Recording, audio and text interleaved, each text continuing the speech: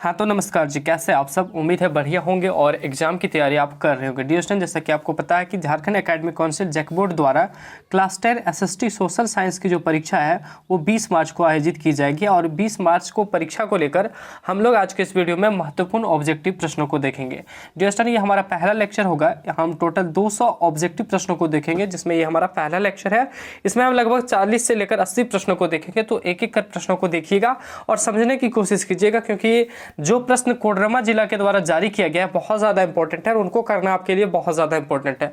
कई स्टूडेंट इससे किए भी होंगे, लेकिन इसे दोबारा कीजिए, जो हम बता रहे हैं उस पर कीजिए, क्योंकि बहुत ज़्यादा चीज़ें इसमें एक्स्ट्रा भी बताई जाएगी और बोर्ड एग्जाम के लिए इंपॉर्टेंट है। तो आप दोबारा भी इनके अगर किए हैं तो जरूर से जरूर कर लीजिए, क्योंकि यहाँ पे जो प्रश्न का चुनाव किया गया है कोडरमा जिले के द्वारा, बहुत ही सटीक प्रश्नों का चुनाव किया गया है और परीक्षा में यहाँ से आपके बहुत ज़्यादा हेल्प मिलेगी। तो चलिए बिना टाइम को वेस्ट किए वीडियो को स्टार्ट करते हैं और देखते हैं इंपॉर्टेंट प्रश्नों को कि आखिर बोर्ड एग्जाम में यहाँ से जो प्रश्न पूछे जाएंगे उनकी वेटेज क्या है, कितने प्रश्न पूछे जा सकती है।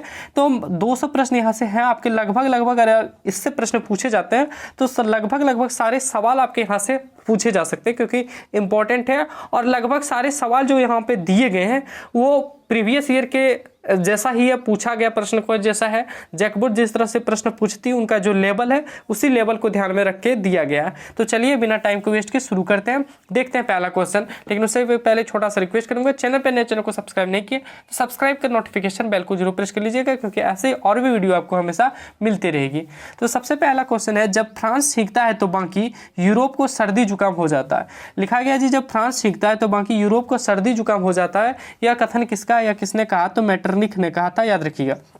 दूसरा, 1804 की नागरिक संहिता को आमतौर पर जाना जाता है। तो 1804 की नागरिक संहिता को आमतौर पर क्या जाना जाता है? तो इसका सही जवाब हो जाएगा ऑप्शन नंबर बी। ठीक है, ऑप्शन नंबर बी हो जाएगा, नेपोलियन संहिता के नाम से जाना जाता है। ठीक है, अगला प्रश्न देखिए। अगला प्रश्न दे रखा है तीसरा नंबर कि बाबा रामचंद्र कौन थे? तो बाबा रामचंद्र कौन थे? इनका सही जवाब क्या हो जाएगा? गिरमिटिया मजदूर थे। बाबा रामचंद्र कौन थे? तो एक गिरमिटिया मजदूर थे। अगला प्रश्न है कि गांधी इरविन समझौता कब हुआ? तो प्यारे बच्चों, गांधी इरविन समझौता जो हुआ था वो यहाँ पे ऑप्शन में नहीं दिया गया है। ठीक है, यहाँ पे ऑप्शन में ही नहीं दिया गया, लेकिन इसका जो सही जवाब हो जाएगा वो हो जाएगा 5 मार्च। याद रखिएगा, 5 मार्च 1931 हो जाएगा गांधी इरविन समझौता। इसमें ऑप्शन में नहीं दिया गया, लेकिन इसका सही जवाब हो जाएगा 5 मार्च 1931 को हुआ था गांधी इरविन का समझौता। ठीक है, चलिए अगला प्रश्न देखते हैं। अगला प्रश्न दे रखा है कि बंकिम चंद्र चट्टोपाध्याय द्वारा रचित वंदे मातरम गीत किस उपन्यास से लिया गया? बंकिम चंद्र जी द्वारा जो वंदे मातरम गीत रचा गया है वो कौन से उपन्यास से लिया गया है? तो इनका सही जवाब क्या हो जाएगा? आनंद मठ से लिया गया। अगला प्रश्न है, ब्रेटन वुड्स सम्मेलन संयुक्त राष्ट्र मौद्रिक एवं वित्तीय सम्मेलन कब हुआ? तो ब्रेटन वुड्स सम्मेलन कब हुआ? इनका सही जवाब हो जाएगा 1944 में। अगला है, किस उद्योग में स्पेनिंग जेनी मशीन का इस्तेमाल शुरू हुआ? कौन से उद्योग में या किस उद्योग में स्पेनिंग जेनी नामक मशीन का प्रयोग हुआ? तो सूती और कपड़ा उद्योग में। अगला है, किस समाचार पत्र ने वर्निक्यूलर प्रेस एक्ट से बचने के लिए रातों रात अपनी भाषा बदल ली? तो कौन सा समाचार पत्र है जिसने वर्निक्यूलर एक्ट से बचने के लिए रातों रात अपनी भाषा बदल ली? तो सही जवाब हो जाएगा अमृत बाजार पत्रिका ने। किसने? अमृत बाजार पत्रिका ने। अगला प्रश्न है, होसे मेला का आयोजन कहाँ होता है? तो होसे मेला का जो आयोजन होता है वो त्रिनिदाद में होता है। कहाँ होता है जी? त्रिनिदाद में। अगला प्रश्न है आपका 10वां नंबर, भारत में कैनाल कॉलोनी किस प्रांत में बनाई गई? कैनाल कॉलोनी भारत में किस प्रांत में बनाई गई? तो सही जवाब हो जाएगा पंजाब प्रांत में। अगला है, श्रीलंका स्वतंत्र राष्ट्र कब बना? और ये बहुत ज़्यादा इंपॉर्टेंट प्रश्न है, तो इसका सही जवाब हो जाएगा ऑप्शन नंबर सी, 1948 में। 1948 में श्रीलंका जो है एक स्वतंत्र राष्ट्र बना था। अगला है, यूरोपीय संघ का मुख्यालय स्थित है। तो यूरोपीय संघ का मुख्यालय कहाँ स्थित है? तो ब्रुसेल्स में स्थित है। अगला प्रश्न है दे रखा, संयुक्त राष्ट्र अमेरिका में किस प्रकार की शासन प्रणाली है? संयुक्त राज्य अमेरिका जो है, यूनाइटेड स्टेट अमेरिका जो है, उसमें किस प्रकार की शासन प्रणाली है? तो सही जवाब क्या हो जाएगा 13वें नंबर प्रश्न का? अध्यक्षात्मक। कौन सी प्रणाली? अध्यक्षात्मक प्रणाली है। ठीक है, अगला है, पंचायती राज को शक्तिशाली और प्रभावी बनाने के लिए संविधान में 73वां संशोधन कब किया गया? तो याद रखिएगा, पंचायती राज को शक्तिशाली और प्रभावी बनाने के लिए पूछा जाएगा कौन सा संविधान संशोधन किया गया था, तो 73वां संविधान संशोधन किया गया था। और यहाँ पे पूछा गया ये जो संशोधन हुआ था वो कब हुआ था, तो 1992 में, 1992 में, 1992 में पंचायती राज को शक्तिशाली बनाने के लिए 73वां संविधान संशोधन किया गया था। अगला प्रश्न देखते हैं। अगला है सामाजिक भेदभाव किसके कारण उत्पन्न होता है? यहाँ किसने लिखा गया, लेकिन यहाँ पर होगा किसके कारण आखिर सामाजिक जो भेदभाव होता है वो उत्पन्न होता है। तो जाति के कारण भी, अब अगर आप अपनी जाति को बहुलता देने लगेंगे तो जाति के कारण, धर्म के कारण और भाषा के कारण, यानी कि तीनों कारण से सामाजिक भेदभाव उत्पन्न हो सकता है। तो इसका लिए सही जवाब क्या हो जाएगा? उपयुक्त सभी कथन सही है। ठीक है, ऑप्शन नंबर डी हो जाएगा। अगला देखते हैं। अगला है 16वां नंबर, राजनीतिक दलों के विषय में निम्नलिखित में से कौन सा कथन सही नहीं है? यानी कि पूछा जा रहा है इसमें जो 4 कथन दिए गए उनमें से कौन सा सही नहीं है, और ये क्वेश्चन बहुत ज्यादा इंपॉर्टेंट है। तो इसका सही जवाब क्या होगा? पहले हम लोग कथन को पढ़ते हैं। ठीक है, क्या करते हैं? कथन को पढ़ते हैं। देखिए, राजनीतिक दल चुनाव में भाग लेते हैं, बिल्कुल सही बात है, राजनीतिक दल ही तो चुनाव में भाग लेते हैं, सही जवाब है। यानी कि ये कथन क्या है? सही है। ये कथन क्या है? सही है, इसलिए ये आंसर नहीं होगा। ठीक है, दूसरा है राजनीतिक दल जनमत निर्माण में महत्वपूर्ण भूमिका निभाते हैं, बिल्कुल सही है, ये भी कथन सही है, इसलिए ये आंसर नहीं होगा, क्योंकि यहाँ पे पूछा गया सही नहीं है। राजनीतिक दल जो है सरकार की नीतियों और कार्यक्रमों को जनता के समक्ष रखते हैं, यह भी कथन सही है, इसलिए ये नहीं होगा। हालांकि ये तीनों कथन अगर सही है तो निश्चित है चौथा कथन गलत ही होगा। राजनीतिक दल केवल अपने सदस्यों के हितों का ख्याल रखते हैं, ये गलत बात है, ये जन कल्याण का ध्यान रखते हैं, हालांकि वास्तविक में नहीं रखते। राजनीतिक दल जो है आजकल जनता का ध्यान नहीं रखते, अपने हित का ही रखते हैं, लेकिन जो नियम है उसके अकॉर्डिंग आपको बोलना होगा कि हाँ रखते हैं। ठीक है, तो राजनीतिक दल केवल अपने सदस्यों का नहीं बल्कि सभी का ध्यान रखते हैं, इसलिए ये कथन गलत है, ये कथन गलत है, और गलत कथन ही पूछा है तो गलत कथन कौन सा है? Option number D correct answer हो जाएगा। अगला है फेडेकॉर। फेडेकॉर का संबंध किससे है? तो प्यारे बच्चों, फेडेकॉर का संबंध है पानी के निजीकरण के विरुद्ध आंदोलन से। ठीक है, पानी के निजीकरण के विरुद्ध आंदोलन से। अगला है small is beautiful. Small is beautiful किसकी रचना है? तो स्मॉल इज ब्यूटीफुल किसकी रचना है? तो सही जवाब हो जाएगा सुमशेर की रचना है स्मॉल इज ब्यूटीफुल।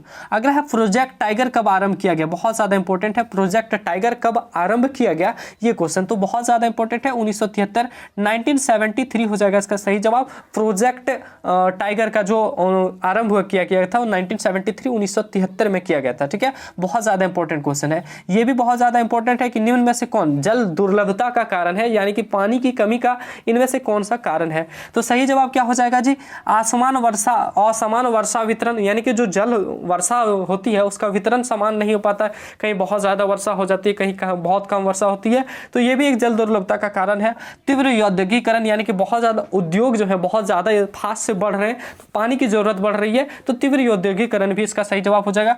अधिक जनसंख्या जी, अधिक जनसंख्या भी तो जल दुर्लभता का कारण है। मान लीजिए जाए एक बाल्टी है जी, एक बाल्टी पानी है और इसको 10 आदमी में बांटना था। ठीक है, 10 एक एक गिलास करके मान लेते होते, एक बाल्टी पानी है, मान लीजिए 10 गिलास पानी है उसमें। ठीक है, तो 10 आदमी को बांटना था और 10 आदमी थे, लेकिन जनसंख्या बढ़ रही है धीरे धीरे, ये आदमी 10 की जगह अब 15 हो गए, 15 से 20 हो गए, 20 से 25 हो गए, और पानी भी धीरे धीरे क्या हो रही है? घट रही है। आप जैसा पता है तो आदमी बढ़ रहा है, पानी घट रही है, तो ये भी अधिक जनसंख्या भी कारण है, इसलिए सही जवाब हो जाएगा उपयुक्त सभी। ये बच्चा वाला क्वेश्चन था जी, लेकिन इंपॉर्टेंट है। ठीक है, अगला है निम्न में से कौन एक पेय फसल है? कौन सी एक पेय फसल यानी कि पीने योग्य फसल है? तो सही जवाब क्या हो जाएगा? इसमें कौन सा पेय फसल है? तो आप तो बच्चा जैसे बोल देंगे सर तुरंत, इसमें चावल क्या आप पीते हैं? नहीं ना, गलत आंसर है। गन्ना नहीं पीते हैं, कपास भी नहीं पीते हैं, तो सही जवाब क्या हो जाएगा? चाय हो जाएगा, एक पेय फसल है। अगला है सबसे कठोरतम पदार्थ कौन सा है? सबसे कठोरतम यानी कि सबसे ज्यादा हार्ड जो है वो कौन सा है? तो इसका सही जवाब क्या हो जाएगा?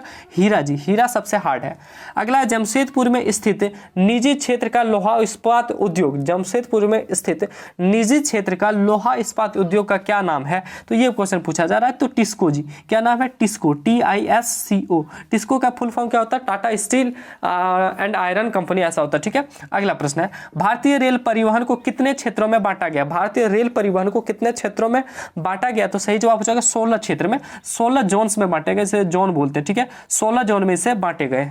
अगला प्रश्न देखते हैं। अगला प्रश्न है भारत में, देखिए जो भी प्रश्न इसमें दिया गया, मैं आपको बार बार नहीं बता सकता, जो भी इसमें प्रश्न दिया गया हम सब में VVI नहीं लगा सकते, क्योंकि सभी प्रश्न इसमें इंपॉर्टेंट ही है, लेकिन उसमें बहुत ज्यादा जो इंपॉर्टेंट है, जो लग रहा है कि पूछ ही देगा, तो उस प्रश्न में हम बीच बीच में बोल देते हैं कि VVI है, लेकिन इसका ये कतई मतलब नहीं है कि बाकी जो प्रश्न है वो VVI नहीं है। बहुत ज्यादा इंपॉर्टेंट इंपॉर्टेंट है जी, और इसे करना आपके लिए इतना ही इंपॉर्टेंट है जितना बोर्ड एग्जाम में आपके नंबर लाने हैं। समझ रहे हैं बातों को? चलिए अगला प्रश्न देखते हैं। भारत के चारों महानगरों को जोड़ने वाले सड़कों को क्या कहते हैं? भारत के चारों महानगर को जोड़ने वाले सड़क को क्या कहते हैं? तो सही जवाब हो जाएगा, क्या हो कहते हैं? स्वर्णिम चतुर्भुज बोलते हैं। क्या कहते हैं? स्वर्णिम चतुर्भुज। अगला है, कपास के फसल को कितने पाला रहित दिनों की आवश्यकता है? कपास के फसल को उगाने के लिए कितने पाला रहित दिनों की आवश्यकता है जी? तो सही जवाब हो जाएगा 26वें नंबर प्रश्न का, क्या हो जाएगा? 26वें नंबर प्रश्न का सही जवाब हो जाएगा सी नंबर, यानी कि 210 दिनों की आवश्यकता होती है। ठीक है, अगला प्रश्न देखते हैं। अगला है, लोगों के लिए विकास का अर्थ किस प्रकार होते हैं? लोगों के लिए विकास का अर्थ किस प्रकार होते हैं? समान होते हैं, भिन्न होते हैं, सामूहिक होते हैं या व्यक्तिगत होते हैं? ये प्रश्न पूछा गया है, तो भिन्न होते हैं। लोगों के विकास के जो अर्थ होते हैं वो अलग अलग होते हैं। आपके विकास का अर्थ होगा कि हमें बोर्ड एग्जाम में अच्छे नंबर लाने हैं, तो आपके मम्मी पापा के होंगे हमें घर बनाने हैं, किसी और के होंगे कि हमें नई गाड़ियां लेना है। तो विकास का अर्थ अलग अलग इंसानों के लिए अलग अलग होता है, जिसे भिन्न कहते हैं। ठीक है, अगला देखते हैं। अगला है, किसी देश की कुल आय को उसकी कुल जनसंख्या से भाग देने पर हमें क्या प्राप्त होगा? पूछा जा रहा है कि कुल आय को, टोटल इनकम को, एक देश की टोटल जो इनकम है उसको अगर टोटल जनसंख्या से, टोटल पॉपुलेशन से भाग दे दें, टोटल पॉपुलेशन से भाग दे दें तो क्या निकलेगा जी? पर कैपिटा इनकम निकलेगा, यानी कि औसत आय या फिर प्रति व्यक्ति आय बोल सकते हैं, औसत आय। तो इसका सही जवाब हो जाएगा 28वें नंबर प्रश्न का सी नंबर और बी नंबर। ठीक है, ए नंबर और बी नंबर दोनों हो जाएगा, क्योंकि देख आपको पता होगा कि आप जब औसत निकालते होंगे तो आपको कोई डाटा दिया जाता होगा, मान लेते हैं 10, 20, 30 दिया जाता होगा डाटा, बोलता होगा औसत निकालिए, तो क्या बोलते थे? इन तीनों को जोड़ देते थे और 3 से भाग दे देते थे। तो यही तो है कि टोटल जो आय है उनको जोड़ दिए और टोटल जो इनकम है, टोटल जो जनसंख्या है उनसे भाग दे दिए, तो वो प्रति व्यक्ति आय भी कहलाती है और उसी को औसत आय भी कहते हैं। इसलिए ऑप्शन हो जाएगा इनमें से दोनों। ठीक है, ए और बी। अगला है कृषि डायरी। ठीक है, ए और बी आंसर हो जाएगा। अगला है, कृषि डायरी खेती निम्नलिखित में से किस क्षेत्र से संबंधित रखते हैं? प्यारे बच्चों, क्षेत्र 3 प्रकार के होते हैं, आपको पता होना चाहिए। क्षेत्र कितने प्रकार के होते हैं? 3 प्रकार के। पहले क्षेत्र में कृषि या फिर उत्पादन से संबंधित चीजें आती है, कृषि से संबंधित जो जमीनी स्तर से जुड़ा होता है उससे संबंधित। दूसरा में आता है निर्माण, दूसरा में आता है निर्माण की चीजें जिसमें निर्माण होता है, और तीसरा में आता है जी सेवा। ठीक है, जिसमें सेवा का क्षेत्र आता है। जैसे कि हम आपको सेवा दे रहे हैं तो सेवा का क्षेत्र हम तृतीय क्षेत्र में आ गए। आपके पापा हो सकते हैं किसान होंगे तो प्राथमिक क्षेत्र में होंगे, अगर किसी उद्योग में काम करते होंगे तो द्वितीय क्षेत्र में होंगे, टेम्पो रिक्शा चलाते होंगे तो सेवा दे रहे हैं तो तृतीय क्षेत्र में आ जाएंगे, अगर आपके पापा आटा का मिल चला रहे हैं तो द्वितीय क्षेत्र में आ जाएंगे, अगर आपके पापा टीचर हैं तो सेवा तृतीय क्षेत्र में आ जाएंगे, अगर आपके पापा किसी भी चीज़ का ड्राइवर हैं तो तृतीय क्षेत्र में आ जाएगा, बैंक में काम कर रहे हैं तृतीय क्षेत्र में आ रहे जाएंगे, कोई भी बिजनेस कर रहे हैं तृतीय क्षेत्र में आ जाएंगे, किसी सरकारी जॉब कर रहे हैं तो तृतीय क्षेत्र में आ जाए, किसी जगह भी जॉब कर रहे हैं अगर वहां पे कोई चीज का निर्माण हो रहा है तो द्वितीय में आ जाएंगे। तो ये चीजें आपको बतानी है। तो पूछा जा रहा है कृषि डेयरी खेती निम्नलिखित में से कौन से क्षेत्र से संबंधित है? तो प्राथमिक क्षेत्र से संबंधित है। ठीक है, अगला है, तृतीय क्षेत्र को डैश क्षेत्र के नाम से भी जाना जाता है, तो तृतीय क्षेत्र को सेवा क्षेत्र के नाम से भी जानते हैं। ठीक है, अगला प्रश्न है, बैंक जमा राशि के बड़े भाग का उपयोग किस लिए करता है? बैंक जो है जमा राशि का बड़े भाग का उपयोग किस लिए करता है?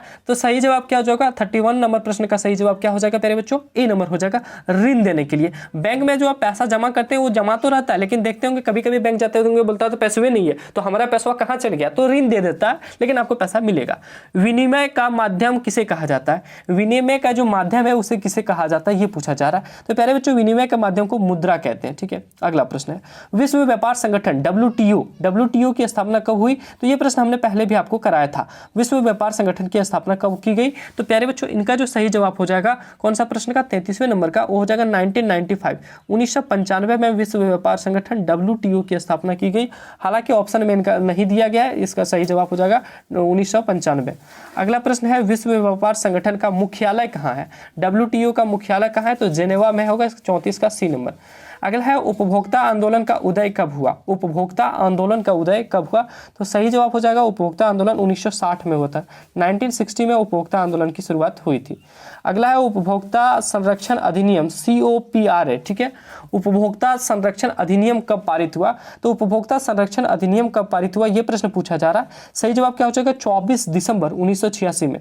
24 दिसंबर 1986 जी, 24 दिसंबर 1986 में, याद रखिएगा, उपभोक्ता संरक्षण अधिनियम पारित हुआ था। अगला प्रश्न है, भारत में महिलाओं के लिए किसमें सीट आरक्षित की गई थी? भारत में किसमें सीट आरक्षित की गई थी महिलाओं के लिए? तो सही जवाब क्या हो जाएगा, किसमें आरक्षित की गई थी प्यारे बच्चों? इनका सही जवाब हो जाएगा पंचायत में। पंचायत में महिलाओं के लिए सीट आरक्षित की गई थी। अगला प्रश्न है, वह व्यक्ति जो पुरुष और महिलाओं के लिए समान अधिकार और अवसर में विश्वास करता है कहलाता है? जो पुरुष और महिला दोनों में समान अधिकार और अवसर के लिए विश्वास करता है उसे क्या कहते हैं? तो इसका सही जवाब हो जाएगा 38वें नंबर प्रश्न का नारीवादी जी। क्या बोलते हैं? नारीवादी। ठीक है, लेकिन सर इसमें तो ऑप्शन में दिया नहीं है, हम लोग तो दूसरा लगा देते। नहीं, इसमें ऑप्शन में सही नहीं दिया है, इसका सही जवाब हो जाएगा नारीवादी। ठीक है, सही जवाब हो जाएगा नारीवादी। अगला, भारतीय जनता पार्टी का यानी कि BJP, Bharatiya Janata party BJP का मुख्य प्रेरक सिद्धांत क्या था? तो मुख्य प्रेरक सिद्धांत क्या था? सांस्कृतिक राष्ट्रवाद था। क्या था? सांस्कृतिक राष्ट्रवाद, जो कि ऑप्शन में नहीं दिया गया है, लेकिन इसका सही जवाब क्या हो जाएगा? सांस्कृतिक राष्ट्रवाद। याद रखिएगा, बीजेपी का मुख्य प्रेरक सिद्धांत क्या था? सांस्कृतिक राष्ट्रवाद। ऑप्शन में नहीं दिया गया आपको, लेकिन याद रखना है 39वें नंबर का सांस्कृतिक राष्ट्रवाद। अगला 40वां नंबर प्रश्न, लोगों का एक संगठित समूह जिसका उद्देश्य चुनाव लड़ना और सत्ता की प्राप्ति करना होता है क्या कहलाता है? लोगों का एक संगठित समूह जिसका उद्देश्य चुनाव लड़ना और सत्ता की प्राप्ति करना है क्या कहलाता है? तो क्या कहलाता है प्यारे बच्चों? इसका सही जवाब हो जाएगा राजनीतिक दल कहलाता है। ठीक है, राजनीतिक दल। तो यहाँ तक हमने 40 प्रश्न देखे, आगे और भी 40 प्रश्नों को देखेंगे ताकि हमारा 2 सेट आज कंप्लीट हो जाए। बाकी के जो 2-3 सेट रहेंगे वो नेक्स्ट वीडियो में हम करेंगे। ये प्रश्न इतने इंपॉर्टेंट है जो आपके बोर्ड परीक्षा में देखने को मिलेंगे। ठीक है, तो जरूर कीजिएगा। चलिए अब देखते हैं हम लोग दूसरा सेट। चलिए दूसरा सेट देखते हैं जिसमें 40 प्रश्न दिए गए। पहला प्रश्न है, जर्मनी का एकीकरण कब पूरा हुआ? प्यारे बच्चों, यहाँ पे जितने भी प्रश्न हम बता रहे हैं वो सारे के सारे बहुत ज्यादा इंपॉर्टेंट है। हम कह नहीं सकते कि कितना इंपॉर्टेंट है, क्योंकि सारे प्रश्न पूछे जाने वाले ही हैं। और निश्चित तौर पे मैं लिख लीजिए, आप कहीं पे लिख लीजिए, 100% लिख लीजिए, यहां से आपके प्रश्न मिलेंगे बोर्ड एग्जाम में। निश्चित तौर पर गारंटी है, यहां से आपके प्रश्न मिलेंगे बोर्ड एग्जाम में। तो जर्मनी का एकीकरण कब पूरा हुआ जी? तो जर्मनी का एकीकरण कब पूरा हुआ? तो सही जवाब क्या हो जाएगा? 1871 में। जर्मनी का एकीकरण 1871 में पूरा हुआ था।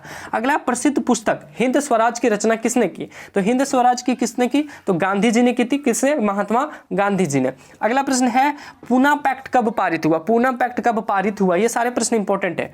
पूना पैक्ट कब पारित हुआ? तो सही जवाब हो जाएगा सितंबर 1932 में। सितंबर SCP सितंबर 1932 में पूना पैक्ट पारित हुआ था, याद रखिएगा। अगला प्रश्न दिया गया है। अगला प्रश्न है, अर्थशास्त्रियों ने अंतरराष्ट्रीय आर्थिक विनिमय में किन गतियों या प्रवाहों का उल्लेख किया? अर्थशास्त्रियों ने अंतरराष्ट्रीय आर्थिक विनिमय में किन गतियों या प्रवाहों का उल्लेख किया? तो चौथे नंबर प्रश्न का सही जवाब क्या हो जाएगा जी? डी नंबर हो जाएगा, उपयुक्त सभी। तो देखिए पूछा जा रहा है कि अर्थशास्त्रियों ने अंतरराष्ट्रीय आर्थिक विनिमय में किन गतियों या प्रवाहों का उल्लेख किया? व्यापार का किया, श्रम का किया, पूंजी का, इसलिए सही जवाब हो जाएगा उपयुक्त सभी। अगला प्रश्न है, जाम्बर क्या था? तो प्यारे बच्चों, जाम्बर क्या था ये पूछा जा रहा है, तो इसका सही जवाब हो जाएगा ऑप्शन नंबर कौन सा? पुराना और विश्वत कर्मचारी। जाम्बर क्या था? एक पुराना और विश्वत कर्मचारी था।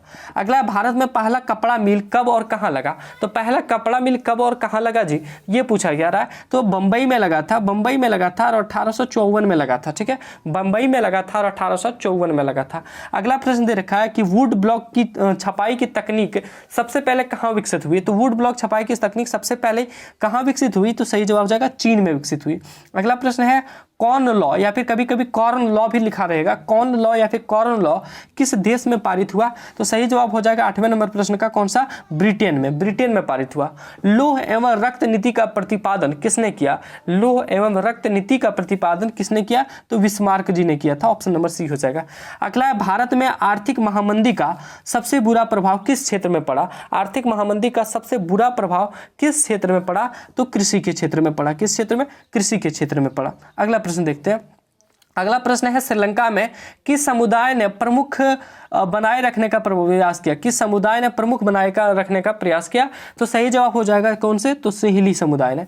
अगला है, किस शासन व्यवस्था में सत्ता का केंद्र और राज्यों के बीच का विभाजन होता है? किस शासन व्यवस्था में सत्ता का केंद्र और राज्यों के बीच विभाजन होता है? तो इसका सही जवाब हो जाएगा कौन सा? संघीय शासन व्यवस्था में। संघीय शासन व्यवस्था में। भारत में कौन सा शासन व्यवस्था है? तो संघीय शासन व्यवस्था, याद रखिएगा।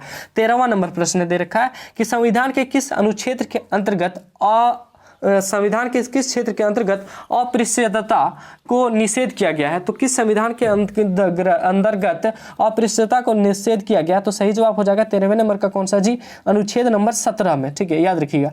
अगला प्रश्न है, शिक्षा वन विवाह क्या देखा रखा है, शिक्षा, वन, विवाह, गोद लेना, उत्तराधिकार आदि किस अनुसूची के अंतर्गत आते हैं? कौन से अनुसूची के अंतर्गत आते हैं? शिक्षा, वन, विवाह, गोद लेना, ये सब कौन से अनुसूची के अंतर्गत आते हैं? तो इसका सही जवाब हो जाएगा संघ सूची के अंतर्गत आते हैं। ठीक है, यानी कि सब केंद्र में आते हैं, सेंट्रल में आते हैं, संघ सूची में। अगला प्रश्न दे रखा है, नर्मदा बचाओ आंदोलन का मुख्य उद्देश्य था। तो नर्मदा बचाओ आंदोलन का मुख्य उद्देश्य क्या था? बांध बनने से रोकना। क्या था? बांध बनने से रोकना। अगला प्रश्न है, भारतीय राष्ट्रीय कांग्रेस की स्थापना कब हुई थी? तो सही जवाब हो जाएगा इंडियन नेशनल कांग्रेस की स्थापना कब हुई? 1885, 1885 में, ऑप्शन नंबर बी। ये क्वेश्चन यहाँ से और भी पूछा जाता है, मुस्लिम लीग की स्थापना कब की गई थी? तो याद रखिएगा 1906 में मुस्लिम लीग की स्थापना हुई थी। अगला, संयुक्त राष्ट्र अमेरिका में नागरिक अधिकार आंदोलन कब हुआ? संयुक्त राष्ट्र अमेरिका में नागरिक अधिकार आंदोलन कब हुआ? तो सही जवाब क्या हो जाएगा? 1954 से लेकर 1954 से लेकर 1968, 1954 से लेकर 68 तक, यानी कि 14 सालों तक नागरिक अधिकार आंदोलन हुआ था। अगला प्रश्न देखते हैं।